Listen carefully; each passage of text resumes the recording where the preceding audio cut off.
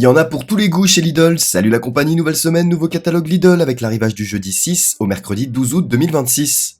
On commence avec la gamme de cuisine SILVERCREST couleur pastel, blender, moulin à sel, poivre électrique, machine à expresso, robot multifonction, moulin à café, mixeur plongeant, four à micro-ondes ou encore la friteuse à air chaud.